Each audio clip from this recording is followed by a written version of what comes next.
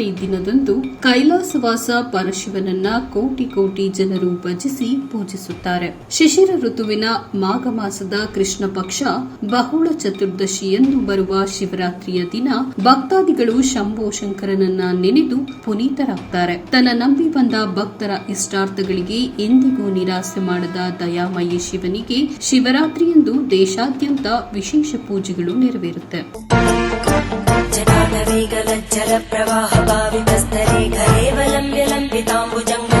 ಸರ್ವರಿಗೂ ನ್ಯೂಸ್ 26 ವಾಹಿನಿ ವತಿಯಿಂದ ಮಹಾಶಿವರಾತ್ರಿ ಹಬ್ಬದ ಹಾರ್ದಿಕ ಶುಭಾಶಯಗಳು.